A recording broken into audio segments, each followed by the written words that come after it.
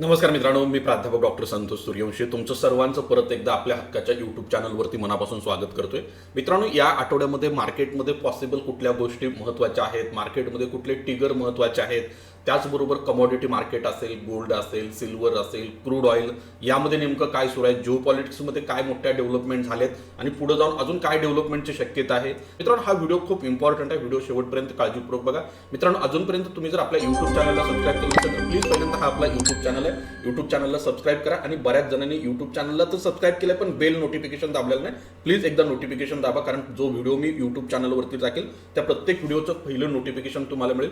मित्रांनो, मी जबरदस्त कॉन्टेंट तुमच्यासाठी बनवतोय. एआयचा वापर करून कशा पद्धतीने ट्रेडिंग करायचं यावरती व्हिडिओ बनवले, ट्रेडिंग सायकोलॉजीवरती व्हिडिओ बनवले आहेत. त्याचबरोबर आपली मेंबरशिप देखील आहे यूट्यूबची. ती मेंबरशिपमध्ये देखील तुम्हाला प्रीमियम कॉन्टेंट जे आहे ते काय केलं जाते, उपलब्ध करून दिलं जाते. मित्रांनो, आता आपण सुरुवात करूया एका महत्त्वाच्या विषयापासून. निफ्टीपासून डायरेक्ट सुरुवात करू. आता मित्रांनो, निफ्टी इंडेक्सचा जर चार्ट तुम्ही काळजीपूर्वक बघितला तर निफ्टी इंडेक्स सध्याला 23,600च्या आसपास ट्रेड करतोय. ओके, आणि मार्केटनं पाठीमागचा हिस्टॉरिकल जर बघायचं झालं तर 2024 मध्ये एक इम्पॉर्टंट लो बनवला होता. या ठिकाणी तो लो होता 21,371. तर त्यानंतर 2025 ला देखील मार्केटमध्ये काही जिओ पॉलिटिकल डेव्हलपमेंट झाल्या, त्यानंतर मार्केटमध्ये सेलिंग आलं होतं आणि त्यावेळेला देखील मार्केटनं जो लो बनवला होता तो 21,800च्या आसपास बनवला होता. म्हणजे मार्केटचा पाठीमागच्या 2-2.5 वर्षाचा एक इम्पॉर्टंट सपोर्ट जो आहे तो 21,800 ते 21,300च्या आसपास आहे. आणि आता मध्ये ज्या वेळेला मार्केटमध्ये अमेरिका इराणच्या दरम्यान युद्ध सुरू झालं, क्रूड ऑइल जसं $100 आसपास गेलं, त्यावेळेला देखील मार्केटने या ठिकाणी लो बनवला होता. आणि तुम्ही जर सध्या निफ्टी इंडेक्सचा RSI बघितला तर तो 41च्या आसपास काय करतोय, ट्रेड करतोय. आता मित्रांनो, मार्केट पाठीमागच्या 4 ते 5 आठवड्यापासून जर ऑब्झर्व केलं तर एका छोट्या रेंजमध्ये ट्रेड करते. आणि मार्केट जोपर्यंत ह्या छोट्या रेंजमध्ये आहे ना, तोपर्यंत अग्रेसिव्ह मार्केटमध्ये काम करण्यात काही अर्थ नाही. हां, जिओ पॉलिटिकल फ्रंटवरती अजून पण मोठ्या डेव्हलपमेंट होण्याची शक्यता नाकारता येत नाही. आता युद्धाचा खराब परिणाम जो आहे तो इथून पुढे आपल्या देशाच्या अर्थव्यवस्थेवर दिसणं आपल्याला अपेक्षित आहे. आता Q1च्या रिझल्टची आपल्याला वाट बघावं लागेल, कारण सर्वात खराब रिझल्ट जर आता इथून पुढे कशात येणार असतील तर Q1चे रिझल्ट येणार आहेत. आता जे Q4चे रिझल्ट सुरू आहेत त्यावेळेला युद्धाचा कुठलाही इम्पॅक्ट मार्केटवरती नव्हता किंवा मार्केटवरती तो इम्पॅक्ट दिसून आलेला नाही. पण आता मित्रांनो, खऱ्या अर्थानं मार्केटचं स्ट्रक्चर बिघडण्याची शक्यता आहे. कंपन्यांचं अर्निंग इम्पॅक्ट होणं अपेक्षित आहे. आणि सर्वात महत्त्वाचं, क्रूड ऑइलच्या किमती ज्या पद्धतीने $100 वर कन्सिस्टन्सी बेसिसवर होल्ड करतायत ना, त्यामुळं आपल्या इकडे इन्फ्लेशनचा भडका उडणं आता थांबवता येणार नाही. या ठिकाणी तुम्ही जो चार्ट बघताय ना, हा सिल्वरचा चार्ट आहे. मित्रांनो, सिल्वर जवळपास $88च्या आसपास गेलो होतं. देशातील सर्व लोकांना एक आव्हान केले, बाबा तुम्ही पुढील 1 वर्ष सोनं खरेदी करू नका. त्यानंतर 1 ते 2 दिवसामध्ये त्यांनी काय केलं, इम्पोर्ट ड्युटी वाढवली, गोल्ड आणि सिल्वर वाढली, जवळपास 15% वाढवली. आणि आता परत एक लेटेस्ट न्यूज सिल्वरच्या संदर्भात काय आले तर सरकारनं परत एकदा काय केलं माहिती आहे का, तर जे सिल्वर बार्स आहेत त्याच्या इम्पोर्टवरती आता बॅन केलेलं आहे, रिस्ट्रिक्शन लावलेले आहेत. त्यामुळे मित्रांनो, सोलार कंपन्यांना प्रॉब्लेम फेस करावा लागणार आहे. त्याचबरोबर EV कंपन्यांना देखील हे चॅलेंजिंग असणार आहे. पहिल्यांदा लक्षात घ्या, आता ज्या पद्धतीने इम्पोर्टवर रिस्ट्रिक्शन केलंय ह्याचा इम्पॅक्ट परत ॲडव्हर्स होणं गरजेचं आहे. परत सिल्वरच्या किमती आपल्याला वाढणं अपेक्षित आहे. हे पहिल्यांदा लक्षात घ्या. मित्रांनो बघा, सिल्वरमध्ये खूप मोठी रॅली मार्केटमध्ये आली आणि ह्या रॅलीमध्ये खूप सारा पैसा देखील तुम्ही मिळवला असेल. जर तुम्ही सध्या सिल्वरमध्ये फसलेला असाल तर मला वाटतं की एक वेळेला तुम्ही जरूर सिल्वरच्या पोझिशन ज्या आहेत ना, $88 ते $90च्या आसपास कमी करायला पाहिजे. पण समजा सिल्वर तुम्हाला काही कारणानं परत एकदा $55-60 कडे मिळत असेल तर ह्या अॅक्युम्युलेशनसाठी चांगला झोन तुम्हाला काय होऊ शकतो, मिळू शकतो. त्याचबरोबर मित्रांनो, या ठिकाणी जर बघितलं तर गोल्डचा जर विचार केला, गोल्ड पण $4,540च्या आसपास ट्रेड करते. गोल्डचा जर तुम्ही विचार केला तर साधारणतः एप्रिल 2026 पासून गोल्ड जे आहे ना ते एका छोट्या रेंजमध्ये ट्रेड करते. लोअर साईडला 4,373, हायर साईडला $4,868ची रेंज आहे. आणि त्याचा RSI देखील सध्याला एवढा काय स्ट्रॉंग बुलिश किंवा बेरिश इंडिकेशन दाखवत नाही. तो एक टिपिकल झोनमध्ये काय ट्रेड करतोय. गोल्ड आणि सिल्वर हे खूप इम्पॉर्टंट असेट आहेत. आणि या असेटमध्ये काय व्हायला लागलंय, तुम्ही जर डेली कॅन्डलवर गोल्डचा चार्ट बघितला तर पाठीमागच्या 4 ट्रेडिंग सेशनमध्ये सलग गोल्डमध्ये तुम्हाला चार्टवरती सेलिंग येताना दिसून आले. आणि आता गोल्ड जे आहे ना, 4,500चा जो इम्पॉर्टंट सपोर्ट आहे तिथे येते. आता मला वाटतं की गोल्डमध्ये जर सेलिंग आलं तर 4,373 कडे देखील गोल्ड जाऊ शकतं किंवा अजून एकदा 4,094ला देखील गोल्ड टेस्ट करायला जाऊ शकतं. ते इमिडिएट बेसिस होणार नाही, लॉंग टर्ममध्ये त्या गोष्टी होणार आहेत. हां, पण ज्या पद्धतीनं इन्फ्लेशन वाढणार आहे, ज्या पद्धतीनं जिओ पॉलिटिकल डेव्हलपमेंट होत आहेत ना, यानुसार खूप जास्त प्रोबॅबिलिटी आहे गोल्ड सिल्वर सध्या बॉटमच्या जवळ असण्याची शक्यता नाकारता येत नाही. येणाऱ्या दिवसामध्ये म्हणजे पुढले 1 ते 1.5 वर्षामध्ये अजून देखील मेटलमध्ये कमॉडिटीमध्ये आपल्याला एक मोठी रॅली काय होऊ शकते बघायला मिळू शकते. आता मित्रांनो सगळ्यात इम्पॉर्टंट काय माहिती आहे का, क्रूड ऑइल. मित्रांनो हे आपल्या अर्थव्यवस्थेसाठी आणि आपल्यासाठी खूप खराब वॉर्निंग आहे. याचं जर RSI बघितला तर तो $54 आसपास आहे. WTI क्रूड ऑइलचं चार्ट दाखवतं $101 आहे. आणि तुमचं जर क्रूड ऑइल जर बघितलं तर ते $108-109 आसपास ट्रेड करते.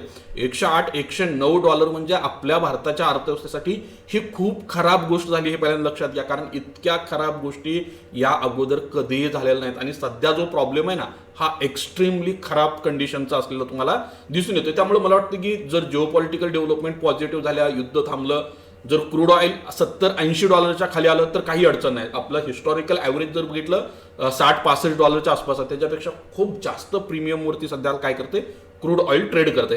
मित्रांनो बघा आता कसं असतं ते सांगतो मी तुम्हाला. अजून थोडे ह्याच्या पाठीमागची स्टोरी जिओपॉलिटिकलची समजावून सांगतो. आपल्या देशामध्ये सध्या नेमकं काय सुरू आहे ते समजावून सांगतो. म्हणजे तुम्हाला या आठवड्यामध्ये पॉसिबल मार्केटसाठी कुठले ट्रिगर इम्पॉर्टंट आहेत ह्या गोष्टी कळतील. आता 5 गोष्टींना ज्या खूप इम्पॉर्टंट आहेत, मला वाटतं की येणाऱ्या दिवसात आपल्या भारतीय मार्केटसाठी खूप इम्पॉर्टंट रोल प्ले करणार आहेत. बघा गेल्या 10 वर्षात पहिल्यांदा एक अमेरिकन राष्ट्राध्यक्ष चीनला गेलाय.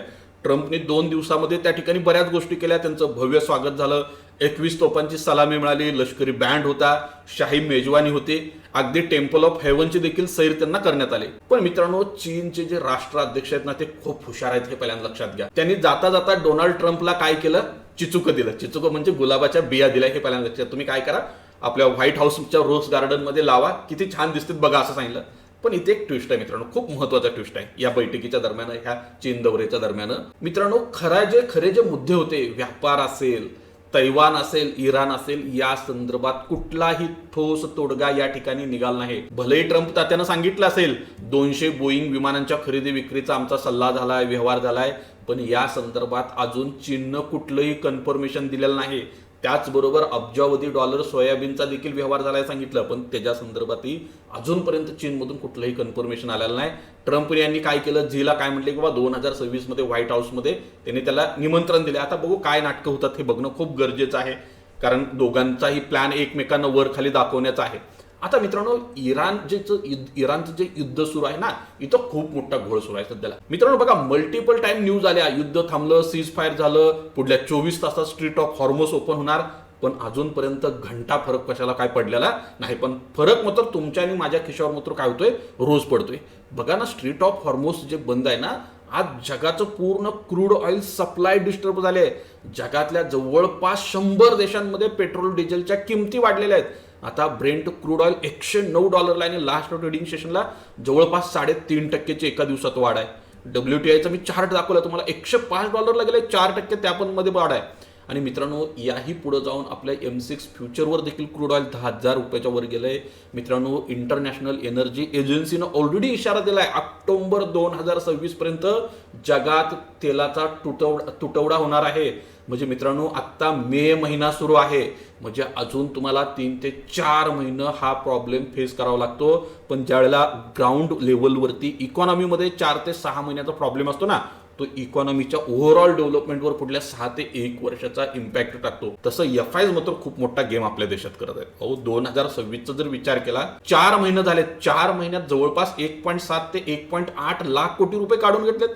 2 लाख कोटीचं सेलिंग म्हणजे नॉट अ जोक, लक्षात ठेवा. आणि सध्या BSE 500 कंपनीज आहेत ना, त्यामधली ओनरशिप ते 18.3% आली FIची. 10 वर्षातील निच्चांक पातळीवर, म्हणजे FIs भारत सोडून जात आहेत हे पहिल्यांदा लक्षात घ्या. याची 4 प्रमुख कारण आहेत. एक म्हणजे जिओपॉलिटिक्स, युद्धामुळे जग पूर्ण असुरक्षित आहे. पैसा जो आहे ना तो सुरक्षित ठिकाणी सध्याला जातोय. सर्वात महत्वाचं सगळ्या जगाच्या अर्थव्यवस्थेसाठी कच्चं तेल खूप इम्पॉर्टंट आहे. आणि आपल्या देशाचा जर स्पेसिफिक विचार केला तर रुपया. आता मित्रांनो बघा इन्व्हेस्टरचं इथं डबल नुकसान होतंय. एकतर शेअर्समध्ये पण नुकसान होतंय आणि दुसऱ्या बाजूला करन्सीमध्ये पण नुकसान होतंय. त्यामुळे ते पैसा खूप झपाट्यानं आहेत ना भारतातून काढत आहेत. आणि भारतीय शेअर मार्केटचा जर विचार केला ना तर ते अजून पण एक्सपेन्सिव्ह आहे. तैवान, साऊथ कोरियाचं मार्केट आपल्यापेक्षा खूप जास्त स्वस्त आहे. त्यामुळे तिकडं पैसा जो आहे ना तो चाललाय. म्हणजे आपल्या इकॉनॉमीमध्ये भलेही तुम्हाला वरवरून काही गोष्टी चांगल्या पॉझिटिव्ह येताना दिसून येतील, पण मित्रांनो ह्या चांगल्या पॉझिटिव्ह गोष्टी अर्थव्यवस्थेसाठी बिलकुल नाही आहेत. मे बी मार्केटमध्ये अजून पण क्रॅश येऊ शकतो, मार्केट पडू शकतं. आता मार्केट पडणार आहे म्हटल्यानंतर लॉंग टर्म इन्व्हेस्टरनी ह्या मार्केटला बघायलाच नको आहे खरं तर. तुम्ही जर SIP इन्व्हेस्टर असाल, SIP मध्ये इन्व्हेस्टमेंट करत असाल तर कंटिन्यू SIPच्या इन्व्हेस्टमेंटवर फोकस करा. इकडं तिकडं बिलकुल बघू नका. आता बघा ना, SIPची जर ताकद बघितली तर 25,000 कोटीचा टप्पा आपण गाठलाय सध्याला. म्हणजे आपले रिटेल इन्व्हेस्टर असतील, DIs असतील, इन्शुरन्स कंपनी असतील, पेन्शन फंड, जेवढं काही FIs विकत आहेत ते सगळं काय करत आहेत त्या ठिकाणी स्वतः ऑब्झर्व्ह करत. अमेरिकेच्या पैशावर आता भारत चालत नाही. आपलं मराठी, गुजराती, बंगाली लोकांच्या पैशावर सध्या मार्केट चालतं हे पहिल्यांदा लक्षात घ्या. आणि हीच खरं तर आपल्या आर्थिक स्वातंत्र्याची क्रांती आहे असं आपण म्हणू शकतो. मित्रांनो बघा, FIचा जर लास्ट ट्रेडिंग सेशनचा डेटा बघितला तर FIच्या सेलिंगला ब्रेक लागलाय. 1329 कोटी रुपयांची खरेदी केली, ही खूप चांगली गोष्ट आहे. पण आपले डोमेस्टिक इन्स्टिट्यूशनल इन्व्हेस्टर म्हणतो प्रॉफिट बुकिंग केलं, 1958 कोटी रुपयांचं सेलिंग झालंय. आता मित्रांनो, इंडेक्स फ्युचरचा जर विचार केला तर तिथं देखील FIने जवळपास 1393 कोटी रुपयांचं बाईंग केलं. पण इंडेक्स ऑप्शनमध्ये 2133 कोटींचं सेलिंग केलं, तिथं ते बेरिश आहेत. आणि बघा, अजून पण IT मार्केटसाठी खूप खराब पॉईंट आहे. कारण मार्केटमध्ये जे सेलिंग आहे ना, हे जास्त एक्सटेंड काय होते माहिती आहे का, IT मधल्या सेलिंगमुळे होते. त्यामुळे IT सेक्टरवर देखील लक्ष देणं गरजेचं आहे. आता मित्रांनो, तुम्ही जर 15 मेचा जर विचार केला म्हणजे लास्ट ट्रेडिंग सेशनचा, बघा गोल्ड आणि सिल्वर दोन्हीमध्ये सेलिंग आहे, प्रॉफिट बुकिंग आहे. का प्रॉफिट बुकिंग आलं तर मित्रांनो, एक तर डॉलर खूप मजबूत होतं, US ट्रेझरी यील्ड खूप वाढते आणि सोनं डॉलरमध्ये ट्रेड होतं. डॉलर मजबूत होणं म्हणजे सोनं महाग होणं आणि मागणी कमी होणं हे साधं गणित आहे या ठिकाणी. आता अमेरिकेमध्ये महागाई जर जास्त आली तर त्या ठिकाणी अमेरिकेची फेडरल रिझर्व्ह बँक व्याजदर कमी करण्याऐवजी वाढवू शकतं आणि उच्च व्याजदर म्हणजे सोन्याला डायरेक्ट फटका बसणार आहे. हे समीकरण आता नव्यानं बनायला लागलंय. आणि त्याचमुळे मित्रांनो, चांदीमध्ये जे 2 दिवसामध्ये 12% धुवाधार वाढ झाली होती, ही इतकी झपाट्यानं वाढ झाल्यामुळे साहजिकच तुमचे जर पोर्टफोलिओ तुम्हाला ग्रीन दिसायला लागले तर शॉर्ट टर्म ट्रेडर काय करणार, धडाधड प्रॉफिट बुक करणार आहेत. आणि त्यामुळेच सिल्वरमध्ये देखील सेलिंग आहे. आणि दुसरं, डिमांड रिस्ट्रिक्शन यायला लागले. भारतात इम्पोर्ट ड्युटी 15% वाढवली. इतक्या उच्च दरावर सर्वसामान्य माणूस मित्रांनो गोल्ड खरेदीचा प्लॅन पोस्टपोन करू शकतो. म्हणजे आता बघा, लग्न समारंभ वगैरे असेल तर तुम्ही खरेदी करू शकता, तुम्ही टाळणार नाही. पण इन्व्हेस्टमेंट स्टाईलनं जे लोक इन्व्हेस्टमेंट करतात ते डेफिनेटली काय होणार आहे, त्या ठिकाणी थांबणार आहे. आणि मित्रांनो, ह्या सगळ्या गोष्टी सुरू होत्या म्हणून काय कमी होतं काय माहित नाही, पण लगेच पेट्रोल डिझेलच्या किमती पण काय झाल्या, वाढल्या. आता पेट्रोल डिझेलच्या किमती जर वाढल्या असतील, आणि सर्वात महत्त्वाचं मित्रांनो, ही जी वाढ आहे ना, पाठीमागच्या 4 वर्षातली सर्वात मोठी वाढ आहे. ही साधी सुधी पण वाढ नाही. आणि पुढच्या 3 ते 4 महिन्यात अजून पण वाढ होईल असा अंदाज वर्तवला जातो. जर $100 वरती क्रूड ऑइल राहिलं ना, अजून 7-8 रुपयानं डेफिनेटली काय करावं लागतील, किमती आपल्याला वाढवावं लागतील. बघा, बऱ्याच लोकांचे मला कॉल येत आहेत, मेसेज येत आहेत. प्रत्येकाचं म्हणणं एकच आहे, सर SIP खूप खाली चालले, SIP बंद करू. मित्रांनो, मार्केट पडत असताना SIP बंद करण्याची चूक बिलकुल करू नका. मी ही गोष्ट परत परत तुम्हाला सांगतोय, कारण मार्केटमध्ये डिस्काउंट ऑफर सुरू आहे. यामध्ये तुम्हाला जास्त युनिट्स मिळतात, रुपी कॉस्ट ॲव्हरेजिंगचा बेनिफिट घेता येतो मित्रांनो. त्यामुळे तुम्ही शक्यतो SIP बिलकुल बंद करू नका. आणि तुम्हाला जर शक्य असेल तर सध्या मित्रांनो, तुम्ही गोल्ड आणि सिल्वर मधल्या SIPची अमाऊंट वाढवा, काही देखील अडचण नाही. सध्या फक्त 2 सेक्टरची हवा, एक एनर्जी आणि डिफेन्सिव्ह सेक्टर. ह्याच्यामध्ये मात्र मोठी रॅली जी आहेत ना, ती सध्याला येताना दिसून आली. म्हणजे मार्केटला एक क्लिअर डायरेक्शन मिळणार नाही. जेवढ्या मार्केटमध्ये पॉझिटिव्ह न्यूज येतील तेवढं मार्केटमधलं सेलिंग थांबेल. मार्केट लगेच टॉपकडे किंवा वरती जाईल असं तरी सध्या वाटत नाहीये. पण जर काही कारणानं निगेटिव्ह डेव्हलपमेंटला जर अजून सुरुवात झाली, जिओ पॉलिटिक्समध्ये काही गडबड झाली आणि डोनाल्ड ट्रम्प तात्या कधी काय करेल या माणसाचा भरोसा नाही. त्यामुळं या माणसावरती सगळं मार्केट सध्या चालतंय, ऑपरेट केलं जाते ह्या माणसाकडून मार्केट. आणि सर्वसामान्य रिटेल ट्रेडर ह्या मार्केटमध्ये भरडला जातो, हे पहिल्यांदा लक्षात घ्या. त्यामुळे मित्रांनो, तुम्ही थोडं काळजीपूर्वक मार्केटमध्ये काम करा. SIP सुरू असतील तर त्यावरती कंटिन्यू फोकस करा. आणि सर्वात महत्त्वाचं, तुम्हाला आजचा व्हिडिओ आवडला असेल सबस्क्राईब करायला विसरू नका आणि हा व्हिडिओ जास्तीत जास्त शेअर करा.